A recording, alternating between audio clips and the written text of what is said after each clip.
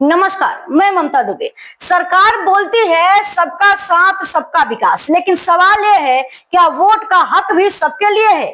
आज हम बात करेंगे उस नए नियम की जो करोड़ों गरीबों का नाम वोटर लिस्ट से बाहर कर सकता है।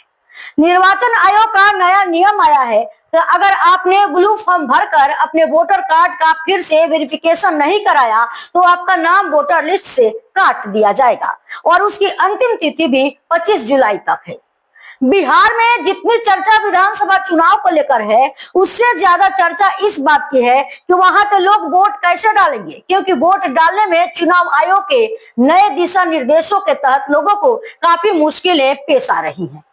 बिहार के तमाम गांवों के लोग चुनाव आयोग की ओर से मांगे गए डॉक्यूमेंट्स को बनवाने के लिए भाग दौड़ कर रहे हैं। चुनाव आयोग ने 25 जुलाई तक वोटर लिस्ट के वेरिफिकेशन का काम पूरा करने को कहा है। इसके लिए पूरे बिहार में जोर शोर से तैयारी चल रही है। सबसे ज्यादा परेशान वे लोग हैं जिनका नाम 2003 की वोटर लिस्ट में नहीं था। बिहार में ऐसे लोगों की संख्या लगभग 2.93 करोड़ है। राजद की ओर से सुप्रीम कोर्ट में दायर याचिका में मतदाता सूची के विशेष गहन पुनरीक्षण SIR पर रोक लगाने की मांग भी की गई है। अब सोचिए ये नियम किसके लिए आसान है, जो गांव में बैठा है या जो दिल्ली, मुंबई, सूरत, पंजाब में इटगारा उठा रहा है।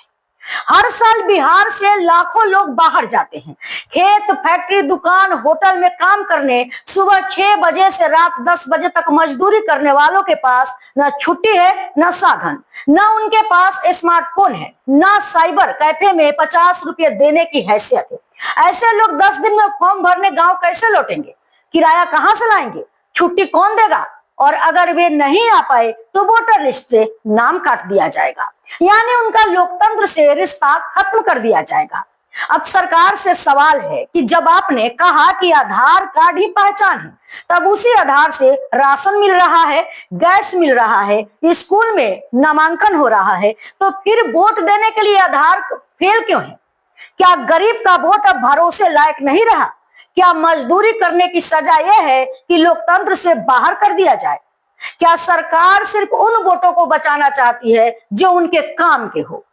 क्या ये वेरिफिकेशन के नाम पर लोकतंत्र की सफाई है जिसमें गरीबों को बाहर किया जा रहा है?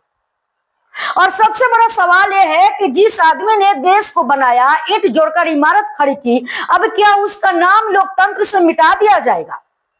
बाकी आप लोग सरकार के इस नियम से खुश हैं या आप लोग की क्या राय है, कमेंट करके हमें जरूर बताएं। धन्यवाद।